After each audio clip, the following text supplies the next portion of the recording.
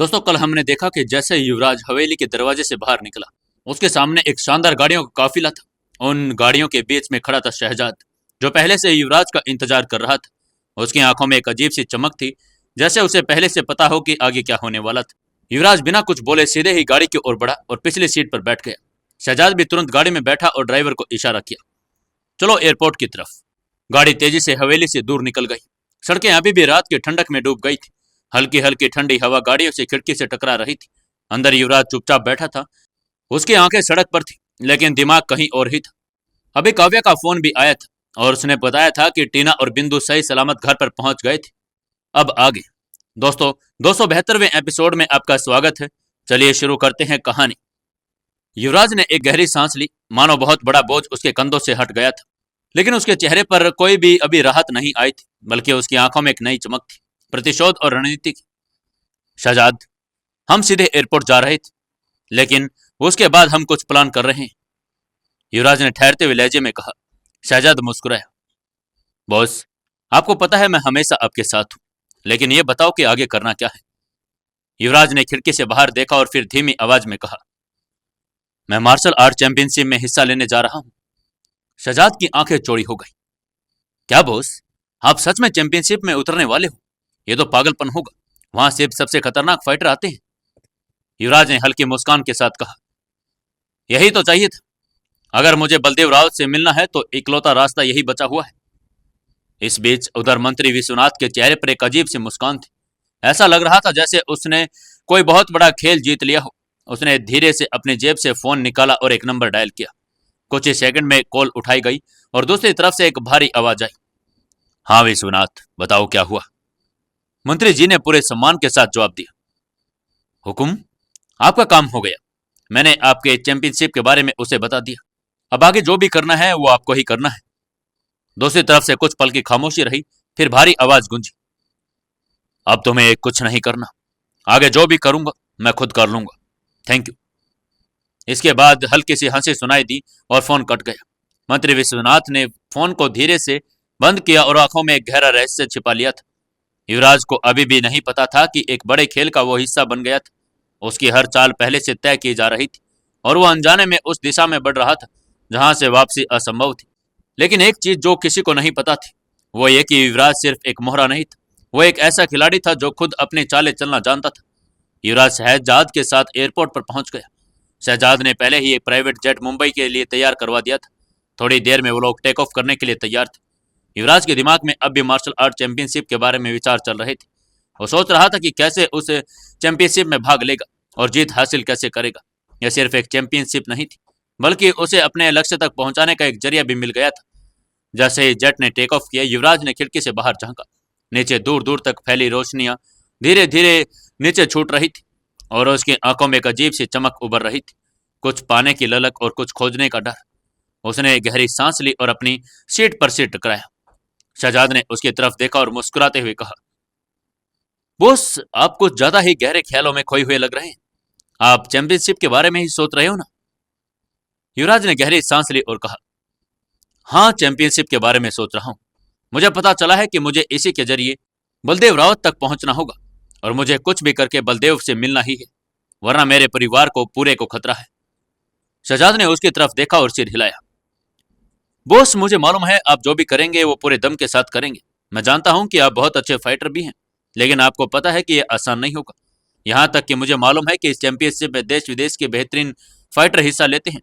इसलिए आपको खुद न खुद तो किसी शारीरिक रूप से, बल्कि मानसिक रूप से भी अपने आप को तैयार करना होगा। युवराज ने मुस्कुराते हुए कहा, शहजाद, मैं कभी पीछे हटने वालों में से नहीं रहा। जो भी करना होगा करूंगा। मुझे इस चैंपियनशिप में एंट्री लेने का तरीका खोजना ही होगा। शहजाद ने थोड़ा सोचा और सोचने के बाद युवराज से कहा, बॉस, मैं इस चैंपियनशिप में एंट्री कैसे होगी इसके बारे में पता लगाने की कोशिश करता हूँ। मेरा एक दोस्त है कैफ, वो ग्राउंड लेवल पर इस चैंपियनशिप को ऑर्गेनाइज करने में मदद करता है। वो हमें कुछ जानकारी दे सकता है। मैं मुंबई जाते ही उससे मिलूंगा। हाँ, ये ठीक है। मुझे जल्द से जल्द इस चैंपियनशिप के बारे में जानकारी चाहिए।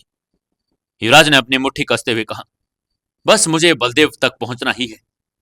जी बॉस, शहजाद ने सिर झुकाते हुए जवाब दिया। इस बीच उनका प्लेन हवा में स्थिर हो चुका था। चारों तरफ सिर्फ इंजन की हल्की गड़गड़ाहट और अंदर की शांति थी। युवराज ने अपनी आंखें बंद की और आराम करने की कोशिश की। लेकिन दिमाग में अलग अलग सवाल दौड़ रहे थे। क्या बलदेव रावत सच में इतना ताकतवर था जितना जी के मंत्री ने बताया? क्या सच में इस चैंपियनशिप के जरिए ही बलदेव रावत के मिलने का मौका मिलेगा? युवराज ने अपनी हथेलियों को देखा, जिन पर अभी भी पुरानी लड़ाइयों के निशान थे। उसे याद आया कि कैसे उसने अपने बचपन से लेकर अब तक हर मुश्किल का सामना किया था। यह उसकी जिंदगी की सबसे बड़ी लड़ाई थी और वह इसे किसी भी हाल में जीतना चाहता था। शहजाद ने युवराज को देखा और समझ गया कि वो कितनी गहरी सोच में डूबा हुआ है। उसने उसे परेशान नहीं किया, बस अपनी सीट पर बैठकर अपने लैपटॉप में कैफ से संपर्क करने के लिए जरूरी मेल लिखने लगा। उधर सुबह की रोशनी टीना सिंघानिया के कमरे में खिड़की से अंदर आ रही थी। तब तक वो अपने बिस्तर पर बैठी गहरी सोच में डूबी हुई थी। रात भर की घटनाओं ने उसे बुरी तरह से झकझोर कर रख दिया था। उसे पहले लग रहा था कि ये सब उसके दुश्मन अंजलि ने किया होगा, लेकिन अब जब सच्चाई सामने आई कि ये सब मंत्री के बेटे की करतूत थी, तो भय और चिंता से उसकी कंपकपी छूट रही थी। वो सोच रही थी कि किस लालच में पड़कर उसने खुद को इस दलदल में धकेल दिया। पैसा पाने की लालसा ने उसे एक ऐसे रास्ते पर लाकर खड़ा कर दिया था जहां अब उसके लिए सिर्फ और सिर्फ डर और खतरा ही था। लेकिन फिर उसके मन में एक और ख्याल आया, अगर कुछ बड़ा पाना है तो कुछ बड़ा तो सोचना ही होगा, और बड़ा पाने के लिए कुछ खोना भी पड़ता है। उसकी आंखों में एक अलग सी चमक थी। उसने धीरे धीरे अपने बैग से एक कार्ड निकाला। यह वही कार्ड था जो युवराज ने उसे उस समय दिया था जब उसके माँ बाप हॉस्पिटल में भर्ती थे। इस कार्ड में अब तक 700 करोड़ रुपए थे। ये सोचकर उसके चेहरे पर हल्की मुस्कान आ गई। वो इस डर और चिंता के माहौल को भी इस कार्ड में देखकर थोड़ी राहत महसूस कर रही थी। फिर वो खुद से बुदबुदाई, जब अपनी जान को इतना बड़ा जोखिम दे ही दिया तो इसका कुछ भी फायदा उठाना चाहिए। क्यों ना आज थोड़ी शॉपिंग ही की जाए।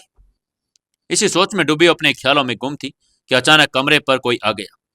टिक टिक। टीना। बाहर से एक जानी पहचानी आवाज आई। आइए दीदी।